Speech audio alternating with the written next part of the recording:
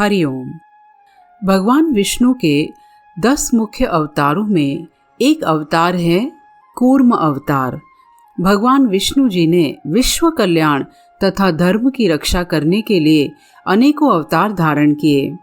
इस अवतार को लेने के पीछे भगवान विष्णु का उद्देश्य देवताओं और दानवों की समुद्र मंथन में सहायता करना तथा मंदार पर्वत का भार उठाना था।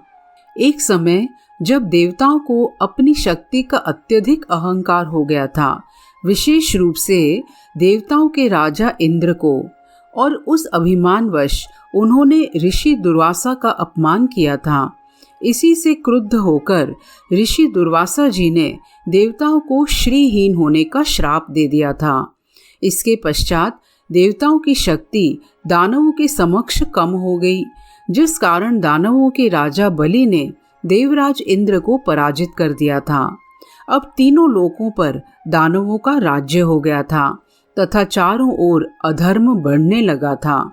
यह देखकर देवता अत्यधिक विचलित हो गए तथा भगवान विष्णु के पास सहायता मांगने पहुंच गए। जब हताश देवतागण अपनी परेशानी लेकर भगवान विष्णु जी के पास पहुंचे तो श्री हरि ने इसके लिए समुद्र मंथन का उपाय बताया। क्योंकि प्रलय से पृथ्वी कुछ समय पहले ही उभरी थी तथा सत्युग का पुनः उदय हुआ था, इसीलिए बहुत से अनमोल रत्न समुद्र की गहराइयों में छिपे हुए थे। और क्योंकि समुद्र को मथने का कार्य ना ही देवता अकेले कर सकते थे ना ही दानव, इसीलिए भगवान विष्णु ने इस कार्य के लिए दानवों के साथ मिलकर समुद्र मंथन करने तथा उसमें से बहुमूल्य रत्न प्राप्त करने को कहा। साथ ही भगवान विष्णु जी ने देवताओं को बताया कि इसमें से अमृत भी निकलेगा, जिससे देवता अमर हो जाएंगे। अमृत को पीने से देवताओं की शक्ति दानवों से अत्यधिक बढ़ जाएगी तथा उन्हें अपना राज्य सिंहासन पुनः प्राप्त हो जाएगा।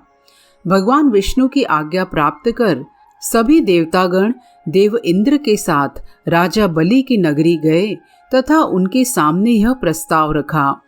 वैसे तो दैत्य गुरु शुक्राचार्य को देवताओं पर विश्वास नहीं था, लेकिन उन्हें उनका यह प्रस्ताव पसंद आया तथा इस कार्य के लिए उन्होंने अपनी सहमति दे दी। इसके बाद देवता तथा दानव क्षीर सागर में समुद्र मंथन के लिए पहुंच गए। समुद्र का मंथन करने के लिए विशाल मंदरी की आवश्यकता थी जो उसे मथ सके। इसके लिए भगवान विष्णु ने अपने सुदर्शन चक्र की सहायता से मंदार पर्वत को काटकर समुद्र में रख दिया। इस पर्वत की सहायता से देव व दानव समुद्र को मथने का कार्य कर सकते थे। अब उन्हें उस पर्वत को घुमाने के लिए एक मजबूत रस्सी की आवश्यकता थी। इसके लिए भगवान विष्णु ने स्वयं अपना वासुकी नाग दिया। वासुकी नाग को मंदार पर्वत पर लपेटा गया। इसके मुख को दैत्यों की ओर रखा गया तथा पूंछ को देवताओं की ओर। अब समुद्र मंथन का कार्य प्रारंभ हो गया, लेकिन एक समस्या और आ पड़ी। क्योंकि समुद्र बहुत विशाल तथा गहरा होता है तथा इसमें कोई पक्की भूमि नहीं होती है, इसीलिए मंदार पर्वत अंदर रसातल में जा रहा था। यदि वह डूब जाता तो समुद्र मंथन का कार्य अधूरा रह जाता। यह देखकर भगवान विष्णु स्वयं देव और दानवों की सहायता करने के लिए अपने द्वितीय अवतार लेकर प्रकट होते हैं। इसके लिए उन्होंने कछुआ का अवतार धारण किया तथा मंदार पर्वत का भार अपनी पीठ पर उठा लिया। और क्योंकि कछुए की पीठ कठोर होती है, इसीलिए मंदार पर्वत उस पर टिक गया। अब देव और दानवों ने कई दिनों तक समुद्र मंथन का कार्य किया। इसके पश्चात समुद्र मंथन से एक एक करके 14 रत्न प्राप्त हुए, जिनमें हलाहल, कामधेनु, माता लक्ष्मी, ऐरावत हाथी, उच्च श्रैवा घोड़ा, कौस्तुभी मणि, कल्प वृक्ष, रंभा अप्सरा, वारुणी देवी, चंद्रमा, पारिजात का वृक्ष, पांचजन्य, धन्वंतरी तथा अमृत प्राप्त हुए। जैसे ही अमृत प्राप्त हुआ वैसे ही देव दानवों के बीच उसे प्राप्त करने के लिए भयानक युद्ध छिड़ गया। तब भगवान विष्णु ने अपना अंश अवतार मोहिनी ये लेकर उस युद्ध को समाप्त किया तथा सृष्टि का उद्धार किया।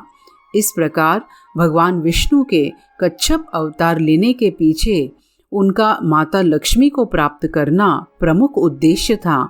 इसके अलावा महाप्रलय के पश्चात जो बहुमूल्य रत्न तथा औषधियां समुद्र की गहराइयों में चली गई थी उन्हें प्राप्त करना आवश्यक था, क्योंकि उसी के द्वारा सृष्टि का कल्याण संभव था।